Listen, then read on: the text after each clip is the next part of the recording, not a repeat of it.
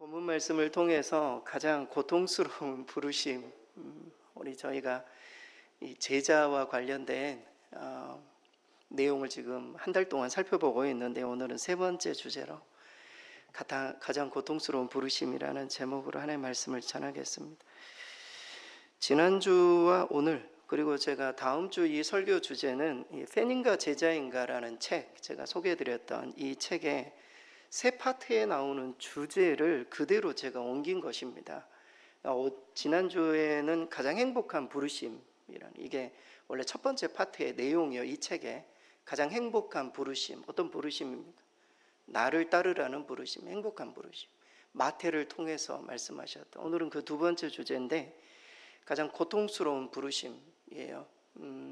자기를 부인하라는, 예수님의 제자의 길을 걸어갈 때 대가를 지불해야 된다 말씀을 드렸죠. 복음은 단순히 우리가 예수님을 믿고 구원받고, 이게 복음, 물론 그게 복음이죠. 근데 복음은 더 많은 내용을 담고 있어요. 우리가 이 세상을, 하나님의 나라를 경험하고 좀 더 성숙해져가는 성화되어져가는 그 과정까지를 다 포함해서 복음은 다 담고 있어요.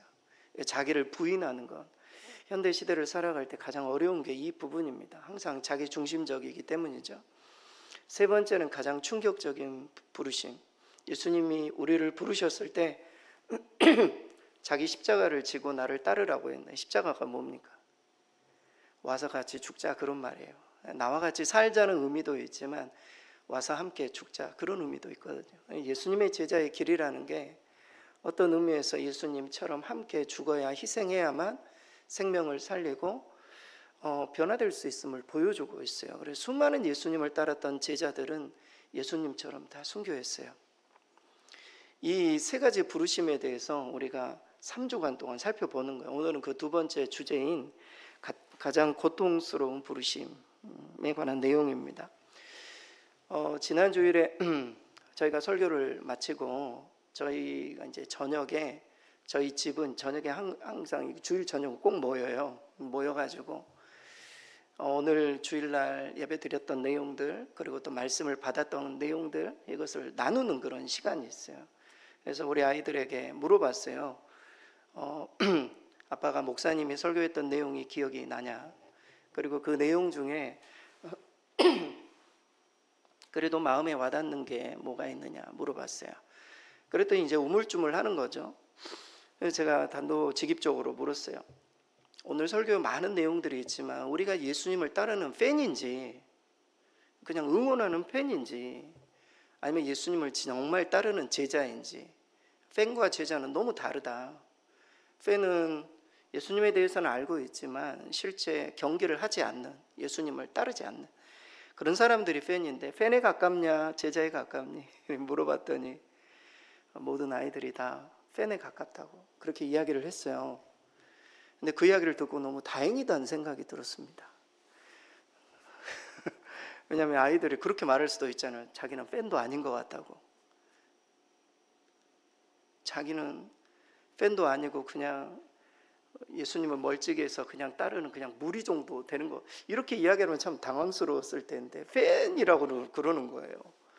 그래서 그래도 팬이어도 다행이다. 팬은 그래도 예수님을 알려고 하고, 예수님 응원도 하고, 예수님을 위해서 기도도 하고 찬양도 하고, 이런 사람들이 팬 아니겠느냐. 그래서 팬에서 제자로 나아가는 과정 가운데 있으니 더 열심히 우리가 신앙생활을 해보자, 이렇게 이야기를 했습니다. 여러분, 사실 팬이라고 해서 주님과의 관계를 원하지 않는 것은 결코 아닙니다. 팬은 단지 자기 중심적으로 예수님을 생각해요. 자기 중심적으로 예수님의 길을 생각하고, 나의 어떤 꿈과 비전을 생각하고, 자기 중심적으로. 그러니까 팬과 제자의 종이 한 장 차이인데, 자기 중심적으로 생각하느냐 아니면 예수님을 중심으로 생각하느냐, 이게 가장 큰 차이죠. 우리가 신앙생활을 해도 우리 신앙이 성장하지 않는 이유가 자기 중심적으로 재단하기 때문에 그러는 거거든요. 말씀도 그렇게 자기 중심적으로 보고, 교회나 모든 상황들을 다 자기의 시각으로만 평가해버리면 신앙이 성장하지 않는 것이죠. 하나님의 마음으로 보는 것이 되게 중요해요. 그렇게 하나님의 마음으로 볼 때 우리가 팬에서 제자로 바뀔 수 있음을 성경은 말합니다. 그래서 여러분 아무튼 더 깊은 관계로 꼭 가실 수 있기를 바라요. 팬이 아니라 제자로의 그 길로 갈 수 있기를 바랍니다. 여러분, 예수님의 제자들도 처음에는 팬처럼 예수님을 따라다녔습니다. 예수님에게 가면은 뭔가 자기에게 먹을 것이 있을 것 같고 도움이 될 것 같고, 예수님은 다른 랍비들과 다르고 뭐 이런 생각 때문에 팬처럼 예수님을 따랐지만 결국엔 그들 또한 제자들로 바뀌지 않았습니까? 우리도 마찬가지예요. 처음에 주님을 따를 때는 다 우리의 유익을 위해서 따른단 말이죠. 하지만 결국에는 제자도까지 나아가야 된다. 거기까지 가는 것이 올해 우리의 목표예요. 팬에 머물지 말고 제자로 나아가는 것, 이 부분을 다시 한번 강조드리고 싶습니다. 오늘은 그 제자들, 우리가 예수님의 제자로 따를 때 이 제자들이 꼭 알아야 될 성경 구절 하나를 소개해드리고 싶어요. 여러분, 우리가 기본적으로 신앙생활 하시는 분들은 누구나 알고 있는 성경 구절이 있어요. 그게 뭡니까? 요한복음 3장 16절이죠. 요한복음 3장 16절. 이거는 예수님을 모르는 사람들조차도 뭐 성탄절이 되거나 하면 교회 가면 꼭 이야기하는 내용이죠. 우리 스크린 같이 한번 읽겠습니다. 하나님이 세상을 이처럼 사랑하사 독생자를 주셨으니 이는 그를 믿는 자마다 멸망하지 않고 영생을 얻게 하려 하십니다. 요한복음 3장 16절은 세 가지 소식이 있어요. 하나는 사랑의 소식이죠. 하나님이 우리를 사랑하셨다. 두 번째는 믿음의 소식이에요.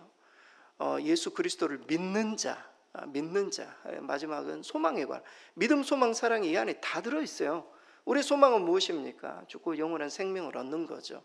이 소식이 요한복음 3장 16절에 다 들어있기 때문에 마치 성경을 압축하면 요한복음 3장 16절 딱 한마디만 나올 거다, 이렇게 정도로 이야기하지 않습니다. 근데 이것은요, 믿음에 관한 어떤 그 구절이에요. 믿음에 관한. 근데 예수님의 제자라면 이 구절에만 머물러 있어서는 안 돼요. 예수님의 제자라면 꼭 암송해야 될 구절 하나를 소개해요. 그거는 누가복음 9장 23절이에요.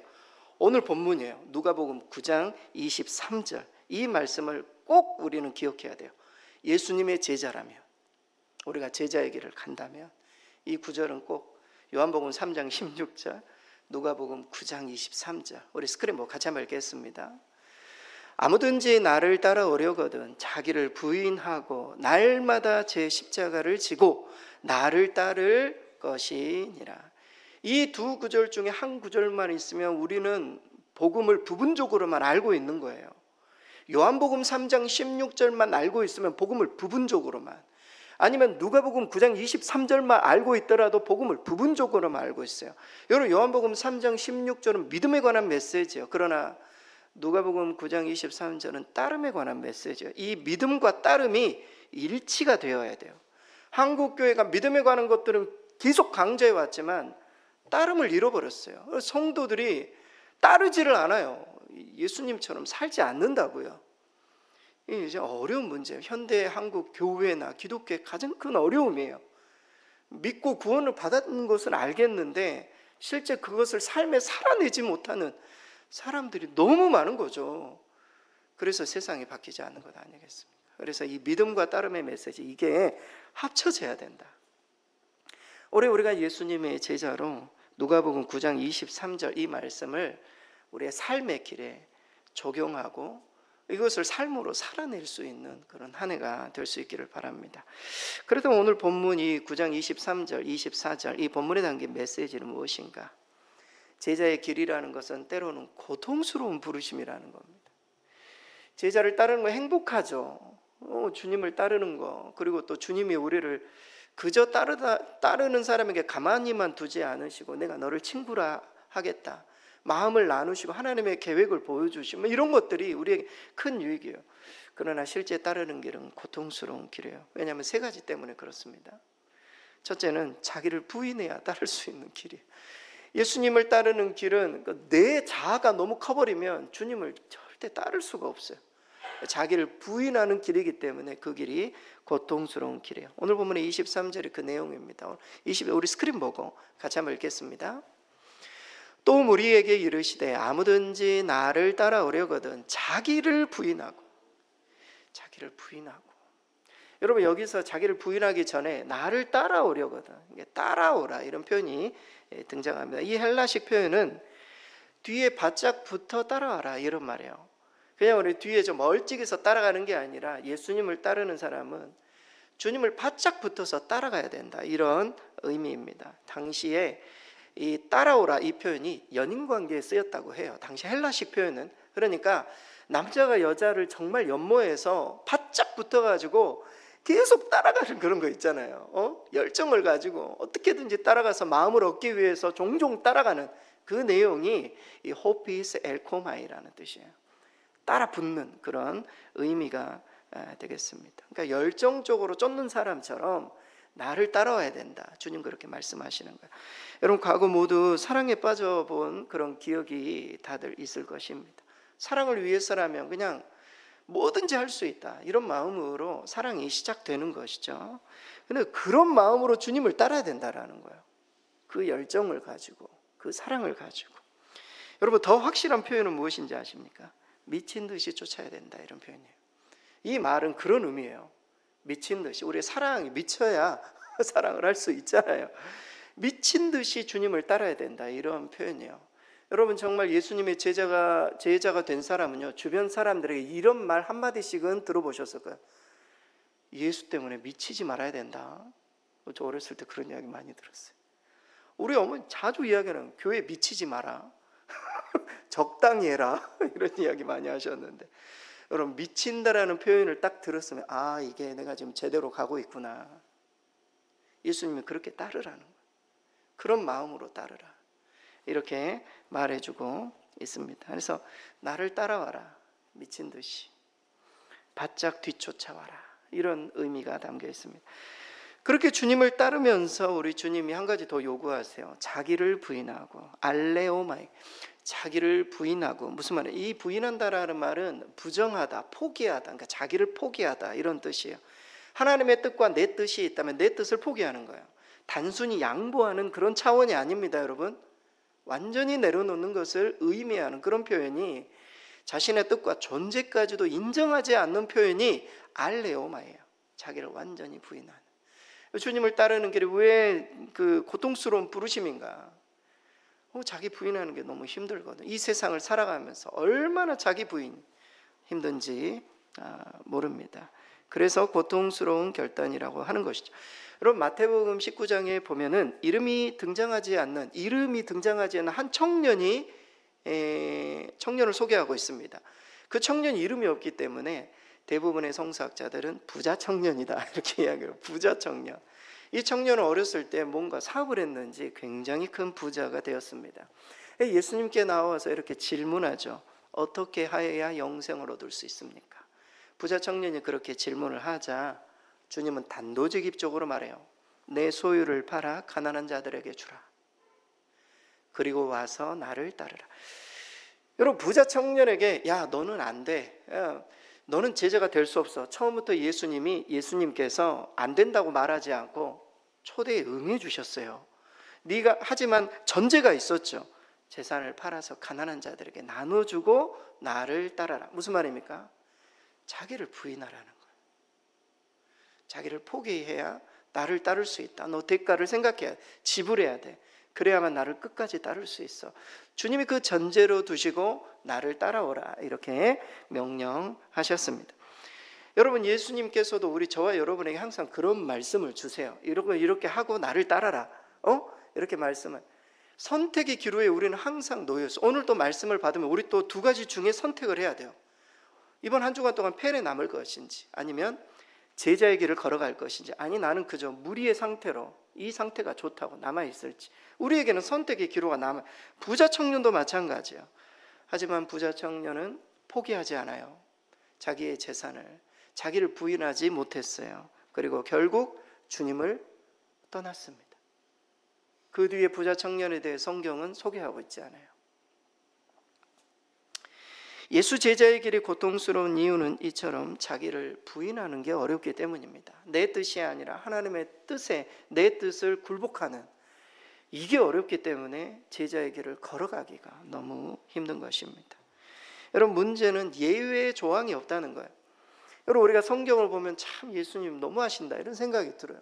조금 좀 길도 열어주시고 좀 이 정도까지 안 해도 좋다 이렇게 말씀해 주시면 많이 따를 수 있을 것 같은데 우리 주님은 타협하지 않습니다. 예수님을 따르겠지만 제 직장의 문제 제 마음대로 할게요. 주님 안 된다고 말씀하세요. 음주의 문제 제 마음대로 할게요. 안 된다고 말씀하신다니까요. 재물의 문제, 용서의 문제 제가 이 정도 적당히 하고 주님 따르면 안 된다고 말씀하세요. 예수님을 따르지만 그렇게까지는 할 필요 없잖아요. 주님이 안 된다고 말씀하세요. 주님은 우리에게 말씀하시면 그 말씀대로 나의 어떤 자아를 부인하고 주님을 따르라고 말씀하시기 때문에 이 부르심이 너무 고통스러운 부르심이기도 합니다. 여러분 그 밀러드 플로라는 사람이 있어요. 이 사람은 이후에 소개해드리겠지만 아는 분이에요. 이 밀러드 플로는 젊은 나이에 백만장자가 되었습니다. 미국 사람이에요. 크리스찬이에요. 근데 어느 날 이제 돈이 많으니까 아내에게 막 좋은 명품도 사주고 막 이렇게 사주고 했는데 어느 날 아내가 메모 한 장을 남긴 채 집을 떠나본 거예요. 그래가지고 아내 어딜 갔나 해가지고 아무리 찾아도 없어요. 백방 알아본 끝에 토요일 밤에 뉴욕의 한 호텔에 있다는 사실을 알고 아내를 찾아냈습니다.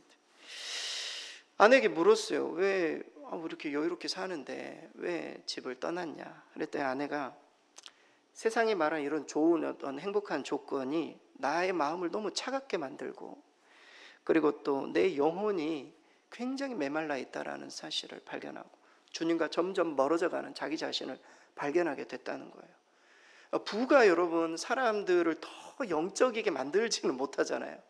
그래서 자기는 신앙생활도 정말 하나님 앞에 진지하고 정말 그렇게 살고 싶은데 너무 부하니까 내 마음이 가난해지기보다는 사람들을 하대하고 이런 마음들이 생기니까 내가 하나님 나라에서 너무 멀어졌구나 이런 생각이 들었다는 거예요. 그래가지고 메모 한 장을 남기고 집을 떠나 자기가 좀 나를 좀 다시 한번 찾고 싶다 이렇게 떠났다는 거죠. 그래서 부부는 그 자리에서 서로 이야기를 하고 또 무릎을 꿇고 여러 가지 이야기를 하면서 결론을 내렸다고요. 그날 토요일 저녁에 어떤 결론을 내렸는가. 지금까지 하나님께서 엄청나게 은혜를 주셨는데 이 은혜를 나누자. 다 흘려보내자. 자신의 전 재산을 정리하고 가난한 사람들을 돕는 일에 이 돈을 쓰자.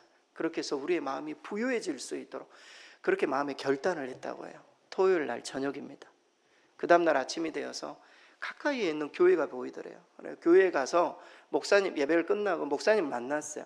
목사님 만나가지고 그렇게 지금까지 우리 부부에게 일어났던 일들 그리고 어제 저녁에 심각하게 하나님 앞에 기도하면서 결단했던 일들 그래서 전 재산을 하나님께 드리고 어려운 사람들을 돕기로 했다 이렇게 말하자 목사님이 의외의 답을 주셨다라는 거예요. 예수님을 따르기 위해 굳이 그렇게까지 할 필요 없다. 목사의 입에서 나온 말입니다. 예수님을 따르기 위해 굳이 그렇게까지 할 필요 없다. 너무 이 사람이 뻥 뜬 거예요. 하나님이 나에게 말씀하셨는데 나 이거 다 드리고 사실 이건 돈의 문제가 아니라 우리의 미래의 문제고 우리의 어떤 삶의 문제 우리의 영혼의 문제다 아무리 이야기를 해도 목사님 굳이 그렇게 하실 필요가 없다. 그런데 제가 이 내용을 읽으면서 나도 그럴 수 있겠다 그런 생각이 들었어요. 우리 성도 중에 한 분이 어느 순간 하나님 앞에 막 기도원에 가서 결단을 오셔가지고 목사님 제가 우리 아파트 팔아서 가난한 사람을 돕고 싶습니다 이렇게 말했다면 저는 뭐라고 할까요? 권사님 굳이 그렇게 하실 필요 없습니다. 장로님 아내를 생각하셔야죠. 아내를. 저도 그랬을 것 같아요. 근데 이 두 부부는 그 이야기를 듣고 너무 실망해서 밖으로 나와서 하나의 단체를 설립했다고 해요. 그것이 바로 헤비타트. 여러분 저도 헤비타트에서 집 지어본 적이 있는데요. 가서 봉사한 적이 있습니다. 자신의 전 재산을 이곳에 맡기고 가난한 사람들, 어려운 사람들의 집을 지어주는 그런 일들로 자신의 인생을 완전히 드렸다라는 이야기입니다. 자기 부인이 얼마나 힘든지 몰라요. 자기를 내려놓는 것, 자기를 포기하는 것. 여러분 근래 예수님을 위해서 포기해 본 게 있으십니까? 예수님을 위해서 손해본 게 있으시냐고요. 우리는 정말 예수의 길을 따라가고 있는지 세상의 길을 따라가고 있는지 우리 자신을 살펴야 돼요. 올 한 해 우리가 예수님의 제자 아무리 이야기를 해도 내가 바뀌지 않으면 어느 누구도 제자가 될 수 없어요. 우리 주님이 자기를 부인하는 이 부르심이 고통스러운 것이기 때문에 대가를 지불하고 계산해보고 따라야 된다, 이 이야기를 하고 있는 겁니다. 이게 첫 번째고요. 두 번째, 제자의 길이 고통스러운 부르심의 두 번째 이유는 자기 십자가를 지는 길이기 때문입니다. 십자가를 지는 길. 십자가는 단순한 어떤 상징물이 아니라 죽으라는 부르심이에요. 오늘 본문의 23절 어리스크림 보고 다시 한번 읽겠습니다. 또 무리에게 이르시되 아무든지 나를 따라오려거든 자기를 부인하고 날마다 제 십자가를 지고 나를 따를 것이니라. 제 십자가를 지고, 진다라는 표현은 취하다라는 표현이고 책임지다 이런 뜻입니다. 예수님의 제자는 내가 취해야 할 십자가가 있다라는 거예요. 내가 스스로 이거는 내 십자가, 그리고 또 내가 책임져야 될 십자가도, 내가 취하지는 않았지만 책임져야 될 십자가가 있음을 말해주고 있어요. 그래서 그 십자가 때문에 그 길이 고통스러운 길임을 보여줍니다. 카일 아이들먼, 팬인가 제자인가, 이 책의 저자는 왜 예수님이 굳이 십자가를 기독교의 상징물로, 예수님 제자의 심벌로 그렇게 택하셨을까? 이해가 되지 않는데요. 이 카일 아이들먼은 원래 사업을 했던 사람이에요. 그래서 사업적인 마인드로 교회를 생각해 보면, 여러분 사업을 할 때는 회사에 좋은 이미지를 보여줘야 되잖아요. 그래서 사람들하고 마음 매혹하게 해서 상품을 파는 거잖아요. 그런데 기독교, 예수님은 완전히 다르다는 거예요. 십자가를 딱 보여주면 십자가가 뭡니까? 피 흘리고 고통스럽고 막 이런 게 상징물이 돼서는 안 된다는. 차라리 상징물이 되려면은 비둘기 있잖아요. 비둘기, 평화의 상징. 이 비둘기를 보여주면서 교회로 오시라고. 아니면은 지팡이, 보호잖아, 보호, 인도, 모세의 지팡이를 보여주면서 교회 오면은 다 인도. 아니 무지개를 보여주면서 말이죠, 희망과 평화를 이러면 좋을 것 같은데 왜 십자가를 보여줘가지고 이렇게 사람들로 못 오게 하는가? 여러분 지금 오늘 설교를 들으면서 부담이 돼서 사실 주님을 못 따르는 사람들이 더 있을지도 몰라요. 십자가라는 게 그런 어떤 의미가 있는 것입니다. 하지만 주님은 굳이 십자가를 제자들의 심벌로 택하셨습니다. 왜 그렇습니까? 당시 십자가는 굴욕의 상징이었어요. 고난의 심벌이었어요. 예수님을 정말 따르려면 희생이 따라야 된다라는 거예요. 우리 가운데 고난이 있을 거라는 거예요. 이 제자의 길이라는 게 만만치 않다. 이 부분을 십자가를 통해 우리에게 보여주셨습니다. 실제로 주님은 제자들에게 이렇게 말씀하셨습니다. 누가복음 6장 22절 스크린 보고 같이 한번 읽겠습니다. 인자로 말미암아 사람들이 너희를 미워하며 멀리하고 욕하고 너희 이름을 악하다 하여 버릴 땐 너희에게 복이 있도다. 인자로 말미암아 미워함을 당하고 욕함을 당하는 그런 일들이 있게 될 것이다. 디모데후서 3장 12절 우리 스크린 같이 한번 읽겠습니다. 우리 그리스도 예수 안에서 경건하게 살고자 하는 자는 박해를 받으리라. 우리가 박해 가운데 있고 여러 어려움 가운데 있다면, 여러분 정말 예수님은 어떤 의미에서는 믿음으로 인해 그런 상황이라면 잘 가고 사실 있는 거예요. 우리가 제대로 믿으면 우리 자녀들도 아빠 미치지 마세요, 분명히 그럴 거예요. 적당히 하세요 아빠 그러다 건강 다 잃습니다. 적당히 하라고 그럴 거예요. 예수님의 제자의 길이 얼마나 힘든 길인지를 보여주고 있습니다. 여러분 생각해 보시기 바랍니다. 나는 예수님의 십자가를 제대로 지고 있는가? 근래 예수님 때문에 손해본 경험이 있는가? 예수님을 따르기 위해 내 휴가를 반납하거나 밥 한 끼를 굶은 적이 있거나 혹 인내하면서 사람을 용납한 적이 있는가? 예수님 때문에, 내 이익 때문이 아니라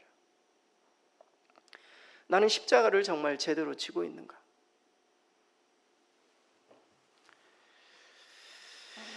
예수님 때문에 뭔가를 희생한 적이 없다면, 최소한 약간의 불편함이라도 겪지 않았다면 우리는 십자가를 지고 있지 않을 가능성이 많아요. 굳이 십자가를 지면 힘드니까, 불편함을 감수해야 되니까.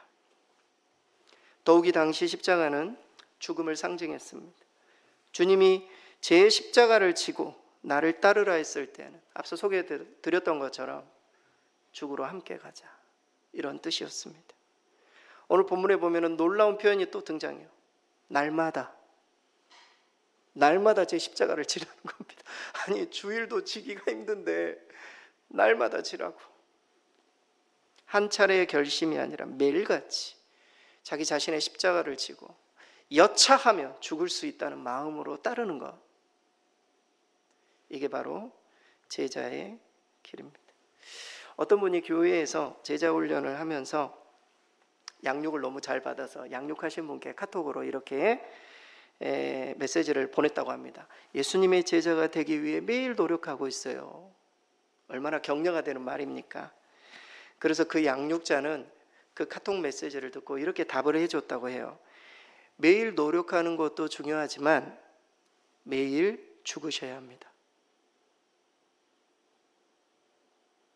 매일 노력하는 것, 그거 가지고 안 된다. 매일 죽어야 돼.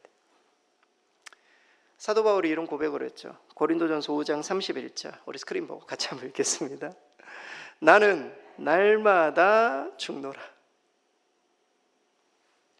여러분, 우리가 왜 이렇게 막 화를 내고 말이죠. 이게 기분이 상하고 이게 왜 안 되고 막 이런 일들이, 내 감정 막 조절이 안 되고, 내가 아직 죽지 않았기 때문에. 목회자가 죽지 않은 목회를 못해요. 성도들도 마찬가지. 우리 교회가 그리스도 안에서 하나가 되기 위해서는 다 죽으셔야 돼요. 죽은 사람은요, 옆에 있는 사람들 신경을 안 써요. 저도 장례식장에 그 입관할 때 돌아가신 분들을 보잖아요. 죽어 있잖아요. 신경 안 쓴다고요.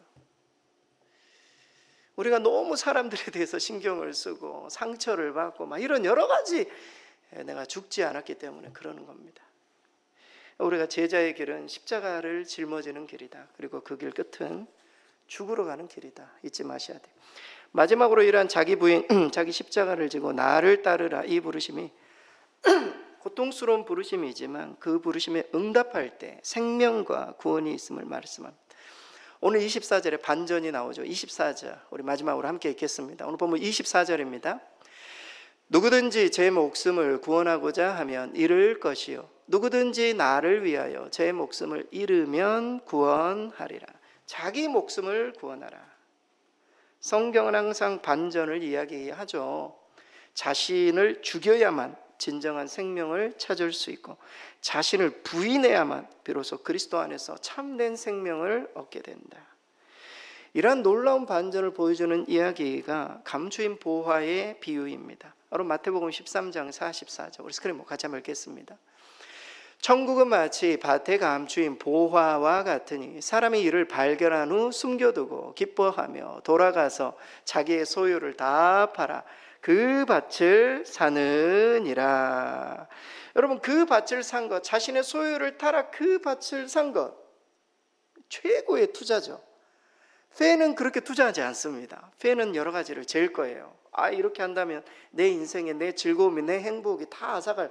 하지만 진정으로 따르는 제자는 이것이 얼마나 소중한 것인지, 주님을 따르는 것, 생명을 얻는 것, 구원이 얼마나 큰 것인지를 알기 때문에 자신의 전 재산을 팔아 그 밭을 사는, 그 보화를 위해서 그 밭을 사게 되는 것입니다. 오늘 본문처럼 누구든지 예수 그리스도 안에서 생명을 발견하며 자신의 전부를 내걸고라도 주님을 따를 수밖에 없는, 이것이 바로 최고의 투자이자 최선의 투자, 예수 제자의 길임을 말해주고 있습니다.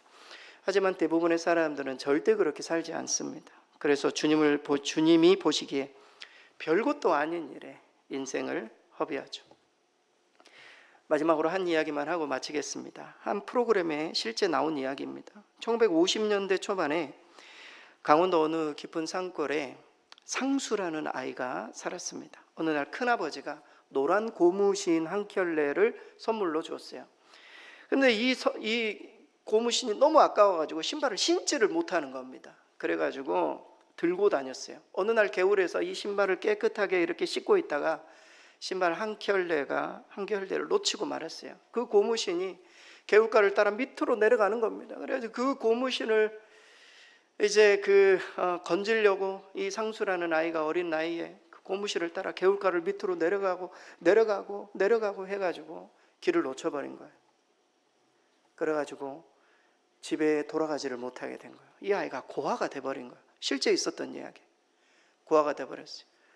그래가지고 세월이 흘러가지고 이분이 노인이 됐어요.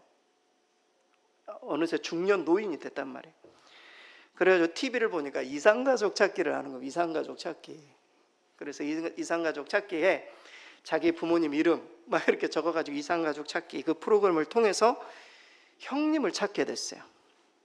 근데 형님을 찾았을 때 묻죠. 어머니는 어떠시냐, 아버지는 어떠시냐.